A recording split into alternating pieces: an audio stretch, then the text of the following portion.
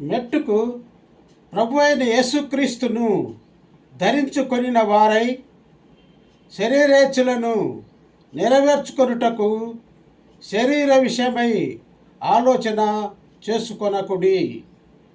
రోమా 13